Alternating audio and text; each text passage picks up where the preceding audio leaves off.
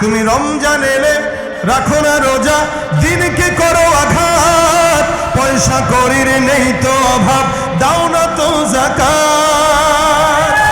তুমি ইমানদারির বড়াই করো, ইমানদারির বড়াই করো, নেই তোমার ইমান। তুমি ইমানদারির বড়াই করো, নেই তোমার ইমান। কেমন মুসলমান তুমি, কেমন মুসলমান তুমি, কেমন মুসলমান? নামাজের সাথে নাই পরিচয়, মানো না কোরআন। নামাজের সাথে নাই পরিচয়, মানো না কোরআন। তুমি কেমন মুসলমান? ঠিক না বে ঠিক? নবীর উম্মত দাবি করো, সুন্নাহ মানো না, নবীর অপমানে তোমার হৃদয় কাঁদে না। নবীর উম্মত দাবি করো, সুন্নাহ মানো না, নবীর অপমানে তোমার হৃদয় কাঁদে না। তুমি বিজাতীয় সংস্কৃতিতে সপেছ পরাণ, তুমি বিজাতীয় সংস্কৃতিতে সপেছ পরাণ। কেমন মুসলমান তুমি, কেমন মুসলমান? নামাজের সাথে নাই পরিচয়, মানো না কোরআন। তুমি কেমন মুসলমান? তুমি সুদের টাকায় প্রাসাদ গড়ো, ঘুষ ছাড়ো না, দিন দুঃখী না খেয়ে মরে খবরে রাখো না। ঘুষ সুদ এই সমাজে আছে না নাই? আপনাদের গ্রামে বহু আছে। খায় তো খায়, নামকে পরিবর্তন করে খায়। খায় মুনাফা, খায় ইন্টারেস্ট, এইগুলোর নাম দিয়ে নাম চেঞ্জ করে হারামটাকে হালাল বানানোর পায়তারা করে। হারাম যেটা, এটা হারামই। এটাকে যদি কাগজে মোড়ায়া পেঁচায় সজ্জিত করেন, এরপরেও এটা হালাল হওয়ার সুযোগ।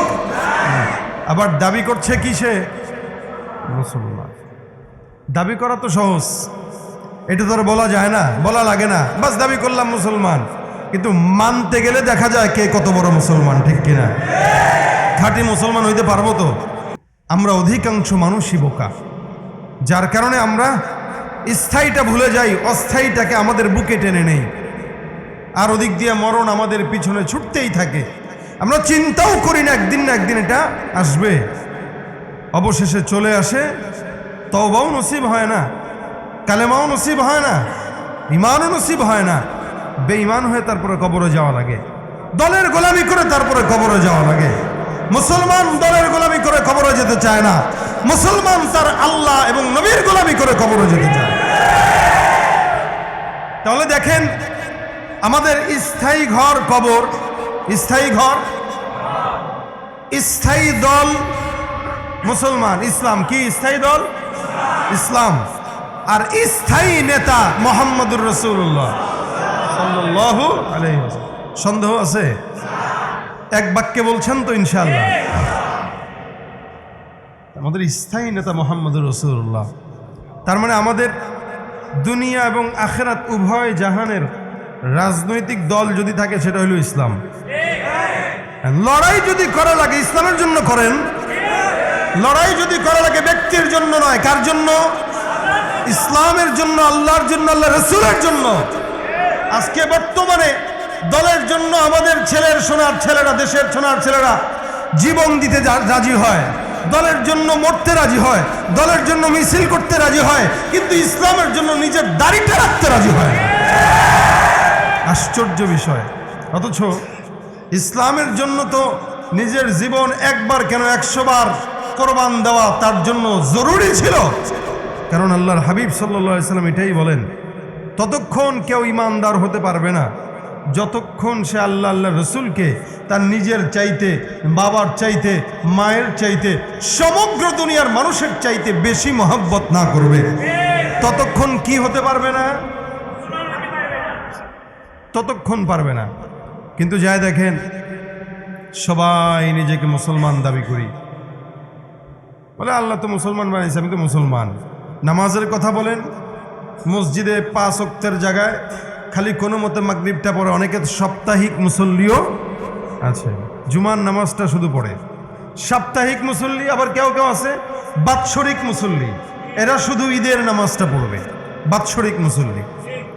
কালেমা জিজ্ঞাসা করবেন, সহি শুদ্ধভাবে কালেমাটাও জানে না, কালেমাটাও জানে না। পর্দার কথা বলবেন, ওই ক্রিকেটারের মতো দল থেকে বের করার চক্রান্ত করবে। খালি বলেছে যে নারী চাকরি করলে এই হয়, নারী ওই করলে এই হয়, নারী সেই করলে এই হয়, বাস বাদ, খেলার থেকে বাদ করতে হবে। সমস্ত জঙ্গিকে খেলায় রাখা যাবে না। যারা এই সমস্ত স্লোগানগুলো দেয় এরা এদেশের নামধারী মুসলমান নামের মুনাফিক, আর এরাই আমাদের মুসলমান আর ইসলাম আর দেশের দুশ্মন। এরা অন্য কোনো কিছু না।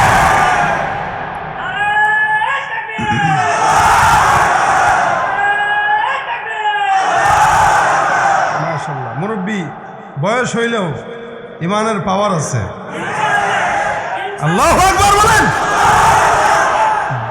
মুজাহিদ একেই বলে, দাড়ি পেকে যাবে, চামড়া গোছায় যাবে, কিন্তু ময়দানে গেলে ওর মতো জোয়ান আর কেউ থাকবে না। আলী রাদিয়াল্লাহু তাআলা আনহু দেখেন নাই, ঘটনা শুনেন নাই? দরজার লৌহ কপাট এক হাতে নিয়ে মারা শুরু করছে। বলে শক্তি পাইলেন কই? যুদ্ধের ময়দানে আসছি, আল্লাহ ইমানের জোর বাড়ায় দিছে। মুসলমানের এটাই বড় অস্ত্র। টাকা থাকে না, মুসলমানের অস্ত্র থাকে না, মুসলমানের লাঠি থাকে না, মুসলমানের থাকে ইমানের পাওয়ার। ঠিক কিনা বলেন? যদি এটাই না থাকে তাকে মুসলমানও বলা চলে। দাবি করতে পারবে লেকিন হতে পারবে। আমাদের সবচেয়ে বড় পরিচয় কি? এটা স্থায়ী না অস্থায়ী? সবচেয়ে বড় নেতাকে স্থায়ী না অস্থায়ী? দুনিয়াতেও কাজে লেগেছে, আখেরাতেও কাজে। পারবেন নি একজন রাসূলের সুপারিশ ছাড়া যেতে? একজনও পারবেন না। দেখেন, এটা আমাদের জান্নাতের উসিলা, আমাদের জান্নাতের কারণ। এক সাহাবী রাসূল সাল্লাল্লাহু আলাইহি সাল্লামকে প্রশ্ন করেন, মাতাস সাআহ, কিয়ামত কবে? রাসূল, কিয়ামত কবে? রাসূল সাল্লাল্লাহু আলাইহি সাল্লামকে কেউ কিয়ামত সম্পর্কে জিজ্ঞাসা করলেন, রাসূল বলতেন, তোমার প্রস্তুতি কি? কিয়ামত নিয়ে যে জিজ্ঞাসা করছো, প্রস্তুতিটা কি? মা আ'দাত্তা, কি অর্জন করছো, কি প্রস্তুতি নিয়েছো যে কিয়ামত সম্পর্কে জিজ্ঞাসা করো? সাহাবী রাসূলকে ডাক দিয়ে বলেন, হুজুর, আমার তেমন প্রস্তুতি নাই, আমার আবু বকরের মতো আমলও নাই, ওমরের মতো আমল নাই, কিন্তু আমার কাছে একটা আমল আছে। কি? ইন্নী উহিব্বুল্লাহ ওয়া রাসূলা, নিশ্চয় আমি আমার আল্লাহ এবং রসুলকে ভালোবাসি। আমি বিশ্বাস করি আল্লাহ আল্লাহ রসুলের ভালোবাসা আমাকে জান্নাত পর্যন্ত পৌঁছায় দেবে। সুবহানাল্লাহ। এটা সাহাবীর আশা, আমাদেরও আশা। আমাদের আমল নাই ভাই, আমরা গুনাহগার। এখানে যতগুলা মানুষ আছেন সবার চাইতে আমি বেশি গুনাহগার। প্রত্যেকেই গুনাহগার। আমাদের রক্তে রক্তে গুনাহ, আমাদের পশমে পশমে গুনাহ। কারণ আমরা শেষ জামানা পেয়েছি, ফিতনার জামানা পেয়েছি। আমরা অনিচ্ছা সত্ত্বেও গুনাহে জড়াই যাই, আর ইচ্ছাকৃত তো হয়ই। কিন্তু আমাদের হাজার কোটি গুনাহ থাকার পরেও আমরা একটা বিশ্বাস আমাদের দিলে পোষণ করি, কি? ইনশাআল্লাহ আমি আমার রসুলকে ভালোবাসি, আল্লাহ পাক এই উসিলায় হয়তো আমাকে জান্নাত দিবে ইনশাআল্লাহ। বুকে হাত দিয়া বলেন, রসুলকে ভালোবাসেন কিনা? বাসেন কিনা? ইনশাআল্লাহ বিশ্বাস করেন আল্লাহ পাক রসুলের সঙ্গে জান্নাত দিবে ইনশাআল্লাহ। এতটুকু আমাদের আশা, এতটুকু আমাদের ভরসা, এটাই আমাদের তামান্না। এটা আল্লাহ পাকের কাছে আমরা চাই যে আমরা আমল দিয়ে তো জান্নাত পাবো না, কিন্তু রসুলের সোহবতে, রসুলের উসিলায়, রসুলের মহাব্বতের উসিলায় একটু যদি রসুলের সঙ্গে থাকতে পারি, এটাই আমাদের আশা। আমল দিয়া কয়জন জান্নাতে যাবেন? কত বড় পীর বুজুর্গ আনবেন, আনেন না, একজনও আমল দিয়ে জান্নাতে যেতে পারবে না। আমল আর কি? না ওযু ঠিক হয়, না কেরাত ঠিক হয়, না নামাজ ঠিক হয়, না সেজদা ঠিক হয়, না খুশু খুশু থাকে। প্রত্যেকটা ইবাদতের ভিতরে রিয়া ঢুকে আছে। এই রিয়া যুক্ত ইবাদত তো আল্লাহ পাকের থোড়াই কাজে লাগবে, কোনো কাজে লাগবে না আল্লাহ পাকের। কিন্তু আল্লাহর কাছে বলতে পারবো, আল্লাহ আপনার রসুলকে ভালোবাসছিলাম, রসুলের মহাব্বতে একটু হইলেও জান্নাতে দেন।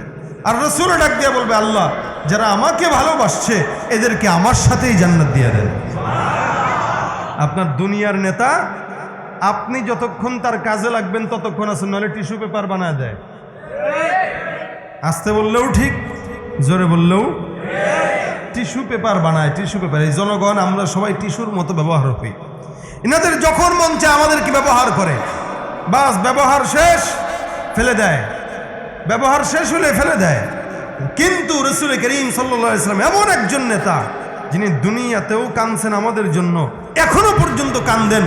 এখন যখন কিয়ামত সংগঠিত হয়ে যাবে, হাসর মিজান পুলসিরাতেও আমাদের জন্যই কানবেন, আমাদেরকে জান্নাতে না দিয়া রাসূল নিজে যাবেন না।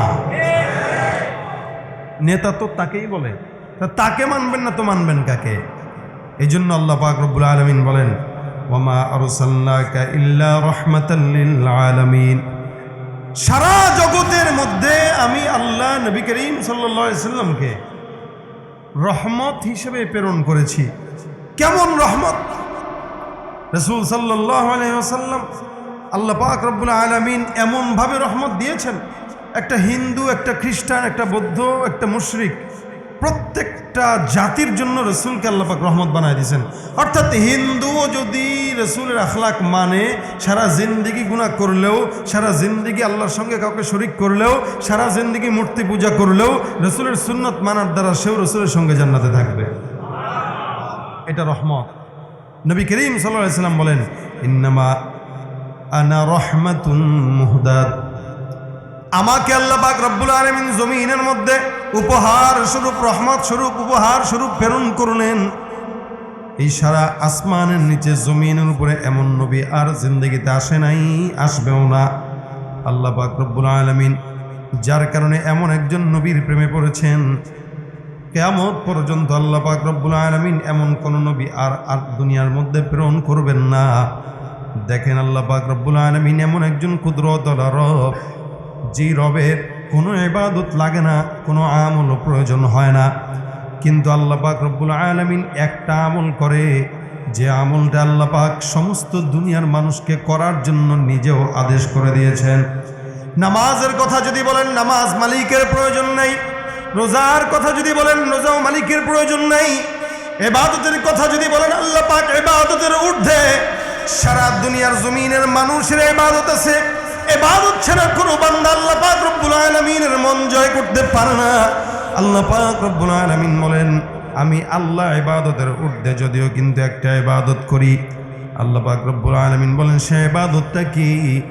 ডাক দিয়া বলেন, ইন্নাল্লাহা ওয়া মালাইকাতাহু ইউসাল্লুনা আলান নবী ইয়া আইয়ুহাল্লাযীনা আমানু সাল্লু আলাইহি ওয়া সাল্লিমু তাসলিমা।